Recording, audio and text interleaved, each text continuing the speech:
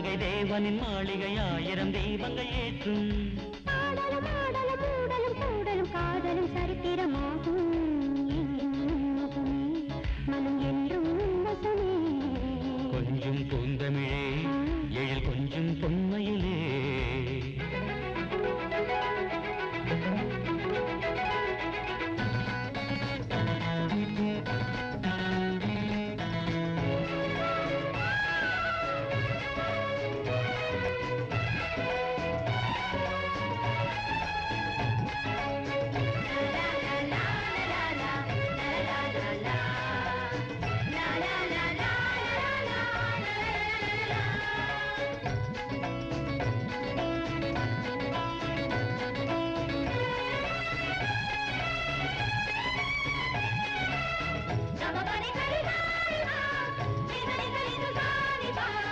காற்றுக்கும் காதல் உண்டு பூவே சொல்லு காற்றை சொல்லு பாட்டுக்கும் பாசம் உண்டு மெட்டை கேளு உண்டு பாட்டை கேளு உனது கண்ணை உரச இமைகளாகே இணையவோ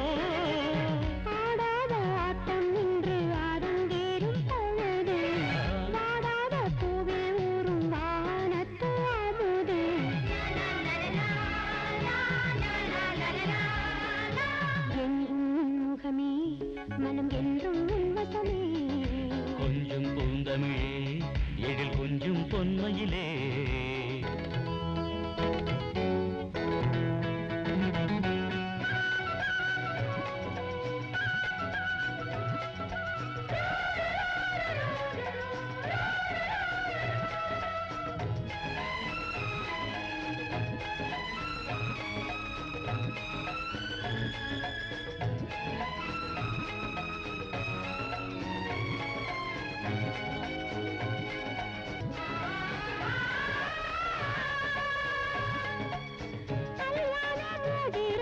கையில் கொண்டு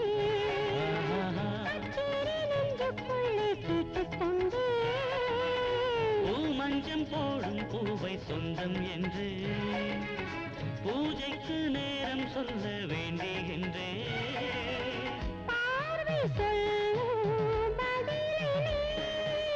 மஞ்சத்தில் கொஞ்ச கொஞ்ச மனதுக்கு இனிமை நெஞ்சங்கள் கெஞ்ச கெஞ்ச இளமைக்கு பெருமை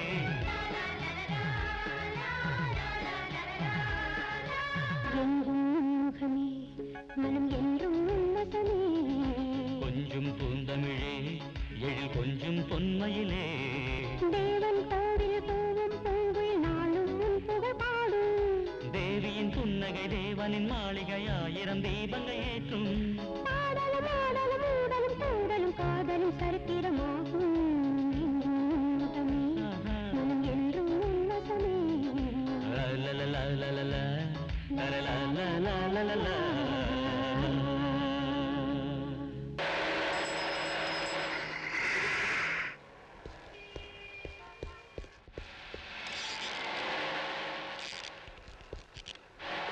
எக்ஸ்கியூஸ் மீ.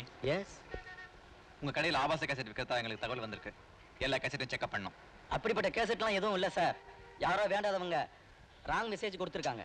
சந்தேகம் எங்க டிபார்ட்மெண்ட்டுக்கு வந்துட்டா அதை தீர விசாரிக்க வேண்டியது எங்களோட கடமை. கான்ஸ்டபிள்ஸ்.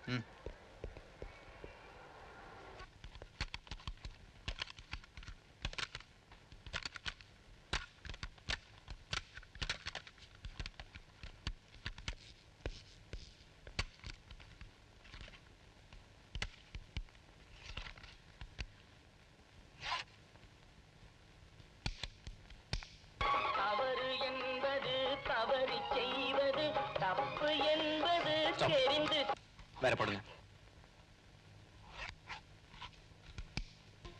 தென்பாண்டி சீமையிலே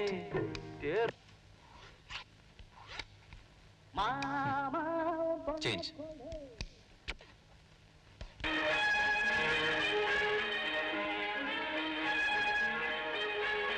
சேஞ்ச்.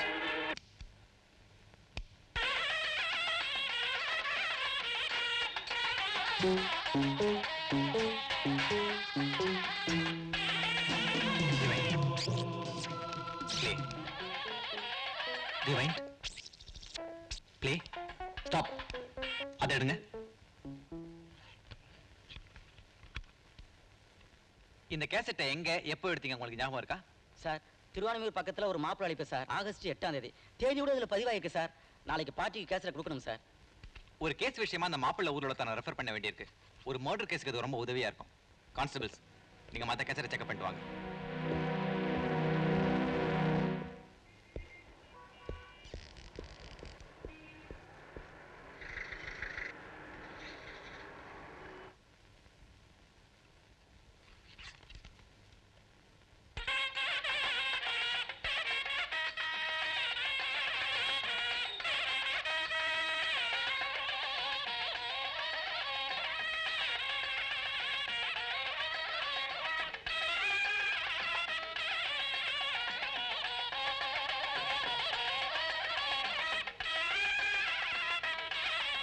திருப்பி அதே போடுங்க.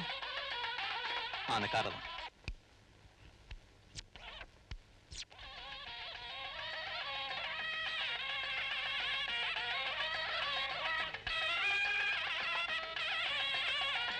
அப்படியே நிறுத்துங்க. கண்டினியூ.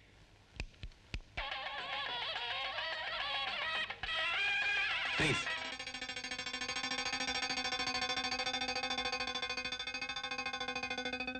அப்படியே போங்க. கொஞ்சம் ரிவைண்ட் பண்ணுங்க.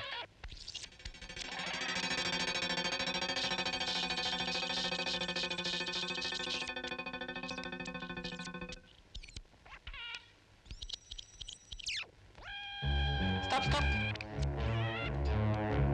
வெயிட். 3686 அந்த கேசட் கொஞ்சம் எடுங்க.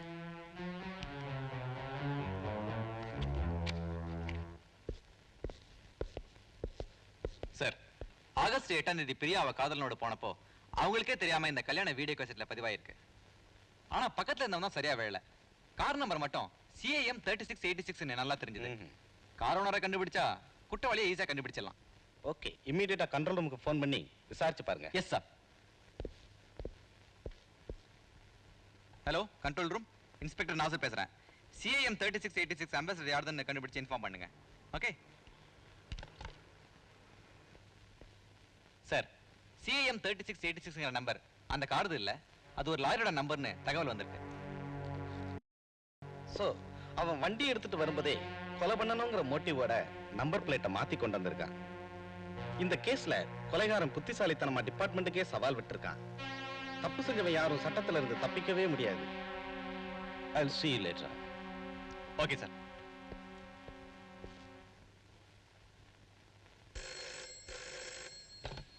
ஹலோ சார், நீங்க கொடுத்த கல்யாண கேசட்டை வேற கேசட்ல பெருசுபடுத்தி வீட்ல கொடுத்துருக்கேன் சார்.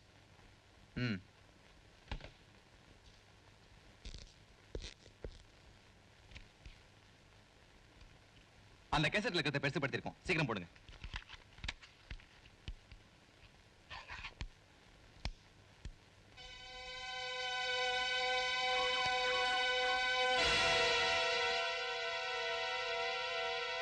ப்ளீஸ் பண்ணுங்க.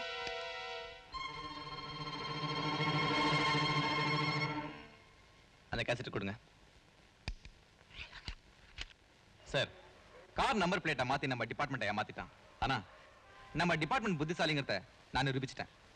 அந்த கார்ல இருந்த ரோட் டாக்ஸ் சர்டிபிகேட்ல அந்த காரோட உண்மையான நம்பர் பதிவாயிருக்கு. Is it? Yes sir.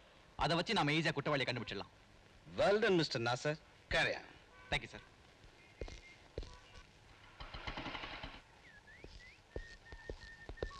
Good morning. Good morning. ஒரு கேஸ் விஷயமா விசாரிக்க வந்திருக்கேன். இந்த கார் உங்களுக்கு சொந்தமானது தானே? Yes sir. இந்த கார் ஒரு மர்டர் கேஸ்ல சம்பந்தப்பட்டிருக்கு. சார், நான் ஒரு மாசமா மெட்ராஸ்லயே இல்ல. மெடிக்கல் கான்ஃபரன்ஸ்க்காக டெல்லி போயிட்டு லாஸ்ட் வீக் தான் வந்தேன். ஓ, அந்த சமயத்துல யார் காரை ஓட்டிட்டு இருந்தது? நான் ஊருக்கு போறதுக்கு முன்ன காரை சங்கர் ஆட்டோ சர்வீஸ்ல விட்டுட்டு போயிருந்தேன். வேணா ரெஃபர் பண்ணுங்க. Thank you sir. Doctor Murugaiyan car எங்க சர்வீஸ்க்காக கொடுத்தாரு. அந்த காரை நீங்க யாருக்கு கொடுத்தீங்க? சார், டாக்டர் காரை ஆகஸ்ட் 8ஆம் தேதி 6 மணிக்கு மிஸ்டர் பிரபுதாஸா கொடுத்தேன். ஆமா, நீங்க ஏன் அந்த காரை அவர் கொடுத்தீங்க? அவர் கார் ரிப்பேர்னு சொல்லி அவசரமா போக வேற கார் கேட்டார். ரெகுலர் கஸ்டமர் வர, அதனால தான் டாக்டர் காரை கொடுத்தேன். பிரபு வீட்டுக்கு போ.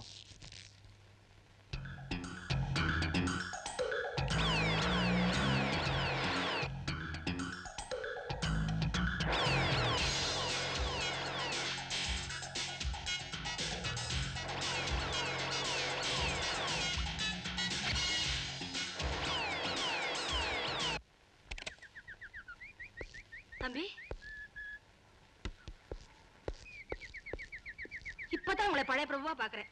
நடந்ததெல்லாம் மறந்துருங்க. எங்க தம்பி புறப்பட்டீங்க? ஆபீஸ் விஷயமா பெங்களூர் வரைக்கும் போறேன். வர 2 நாள் ஆகும். வரேன். சரி தம்பி.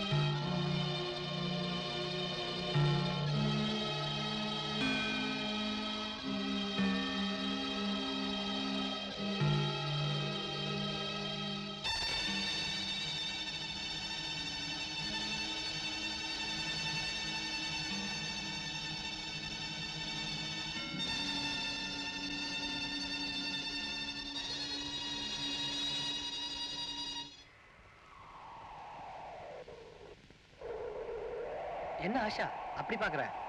நான் சொன்னபடியே 60 நாள்ல வார்த்தை தவறாம வந்துட்டேன் பாத்தியா? வார்த்தை தவறுனா திருத்திக்கலாம், வாழ்க்கை தவறுனா ஒரு பொண்ணு எதை வேணாலும் தாழ்த்துவா.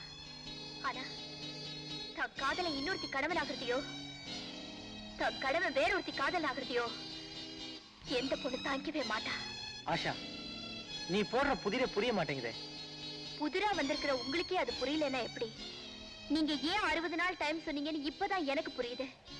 ஆசை 60 நாள், மோகம் 30 நாள்னு சொல்லுவாங்க. ஆசை ஒரு இடத்துலயும் மோகம் ஒரு இடத்துலயும் வச்சிருந்திருக்கீங்க. ஆஷா இன்னொரு தடவை என் பேரை சொல்லி கூப்பிடாதீங்க. காதல் தோல்வியை தாங்கிக்கிட்டு உங்களோட பழகின நாட்களை நினைச்சுக்கிட்டு காலப்புற இப்படி இருந்துடுறேன். எனக்கு வாழ்க்கை தரணும்னு இன்னொரு பொண்ணோட வாழ்க்கையை கெடுத்துறாதீங்க. எனக்கு இப்படி தெரியும் நினைக்கிறீங்களா? உங்க ஃபேமிலி டாக்டர் ரேவதி ஆனந்தா எனக்கு இப்ப சீஃப் டாக்டர். எதேச்சியா உங்க போட்டோவை பார்த்து அவங்க கிட்ட நான் உங்களுக்கு மனைவியாக போறத சொன்னேன். ஆனா நீங்க ஏற்கனவே ஒருத்திக்கு கணவன் ஆயிட்டீங்கிற உண்மையை அவங்க தான் என்கிட்ட சொன்னாங்க. என்னத்தான் ஏமாத்திட்டீங்க. உங்க மனைவி ஏமாத்திடாதீங்க. உண்மைதான் ஆஷா, எனக்கு கல்யாணம் ஆயிடுச்சு. எங்க மாமா சீரியஸா இருக்கிறதா தந்தி வந்த விஷயம் உனக்கு தெரியும். அவரை பார்க்க போன எனக்கு அவன் மகரூபத்தை அதிர்ஷ்டம் வந்தது. ஏராளமான சொத்துக்கு வாரிசானவளை நான் வேண்டான்னு மறுத்தோம். எங்க மாமாவோட கடைசி ஆசை நிறைவேற்றத்துக்காக என்ன தாலி கட்ட வச்சுட்டாங்க. ஒன்னு நினைச்சுட்டு நான் அவளோட வாழ்ந்த வாழ்க்கை ஒரு நாடகம். உண்மையில நான் கொண்ட காதல் தெய்வீகமானது. அன்னைக்கே நீதான் என் மனைவி முடிவு பண்ணிட்டேன். ஆனா வாழ்க்கைக்கு தேவை பணம். பணம் ஆஷா, அதுக்காக தான் எவ்வளவு நாள் காத்துக்கிட்டு இருந்தேன். உங்களையும் நம்பிக்கிட்டு உங்க மனைவிக்கு துரோகம் பண்ணாதீங்க. ஒரு பொண்ணோட வாழ்க்கையில இன்னொரு பொண்ணு குறுக்கிடாம இருந்தா எந்த ஆம்பளையும் ஒருத்தியோட மட்டும்தான் வாழ்க்கை நடத்துவான். நீ சொன்ன மாதிரி உன் ஒருத்தியோட மட்டும் வாழத்தான் உன்னை தேடி வந்திருக்கேன். இன்னொரு பொண்ணோட கண்ணீர்ல நான் உங்களுக்கு மனைவியா வாழ விரும்பல. அதுக்கு இந்த சட்டமும் சமுதாயமே இடம் தராது. கரெக்ட். அதனால்தான் நான் அவளை கொன்னுட்டேன். ஆமா, மனைவி மேல உள்ள காதல்னால தாஜ்மஹால் ஒரு சமாதியை கட்டினா ஷாஜகான். ஆனா நான் உனக்காக என் மனைவியே சமாதி கட்டிட்டேன். சட்டத்தின் கண்களுக்கு அவ ஓடி போனவ, தன் காதல்னால கொலை செய்யப்பட்டவ. பிரபு, கொடுமைக்காரா இருப்பீங்கன்னு நான் நினைச்சு கூட பார்க்கல. சில தேவைகள் நமக்கு தேவைப்படும் போது தப்பு பண்றது தப்பே இல்லை. உன் ஒருத்திக்கு மட்டும் கணவனா வாழவும் வசதியா வாழ பணம் தேவைங்கிறதுக்காக தான் நான் இந்த கொலையை திட்டம் போட்டு செஞ்சேன். நீங்க செஞ்ச தப்புக்கு என்ன காரணம் காட்டாதீங்க. தெய்வ சாட்சியா உங்களே நம்பி வந்த உங்க மனைவிய பணத்துக்காக கொண்ட நீங்க நாளைக்கு வேற ஒரு காரணத்துக்காக என்னையும் கொல்லுவீங்க. உங்க மாதிரி கொலை வேற பிடிச்ச மிருகம் இந்த சமுதாயத்துல இருக்க கூடாது, இருக்கவே கூடாது. ஆஷா, நீதி தேவத சிலையை எனக்கு பரிசா கொடுக்கும் போது புது அர்த்தத்தை சொன்னீங்க. அதுக்கு உண்மையான அர்த்தத்தை இப்ப நான் உங்களுக்கு புரிய வைக்கிறேன். நடந்த உண்மையை நான் போலீஸ்ல சொல்லிடுறேன். ஆஷா, தப்பு பண்ண ஆம்பளைங்களுக்குலாம் உன்ன மாதிரி பொம்பளைங்க தண்டனை வாங்கி கொடுக்க ஆரம்பிச்சா இந்த உலகத்துல ஆம்பளைங்களே இருக்க மாட்டாங்க. நீ ஒரு கொலைகார, நீ செஞ்ச தப்புக்கு தண்டனை அனுபவிச்சு ஆகணும். ஆஷா ப்ளீஸ், நான் சொல்றது கேளு. நான் தண்டனை அனுப்பிச்சு வரல, உன்னோட வாழ வந்திருக்கேன். உன்ன மாதிரி மிருகத்தோட வாழ்க்கை நடத்த நான் தயாரா இல்ல. ஆஷா, என்ன மிருகமாக்காத. இப்ப மட்டும் நீ மனுஷனா பாருக்க.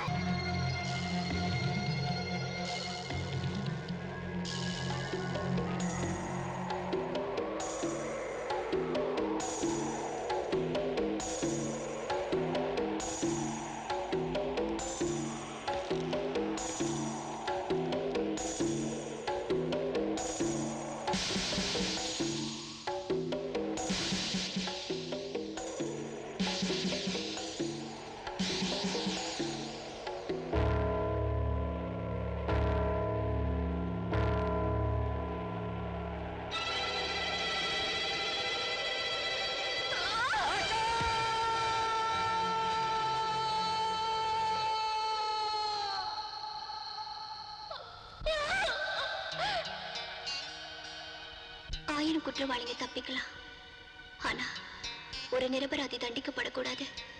சட்டத்தோட கண்களை மறைச்சு தவறு செஞ்சாலும் தர்மத்தோட தீர்ப்புல இருந்து யாருமே தப்பிக்க முடியாது. தவறு செய்யறவங்க தவறு செஞ்சா அவங்கள மன்னிக்கலாம், ஆனா தப்பிக்க திட்டம் போட்டு தவறு செய்யறவங்கள எல்லாம் நிச்சயமா தண்டிக்கணும். நான் கொடுத்த இந்த தீர்ப்பு சரியா இல்ல தவறா? சரியா இருந்தா எனக்காக நீதிமன்றம் வந்து வாதாடுங்க. உங்களுக்காக காத்திருக்கிறேன்.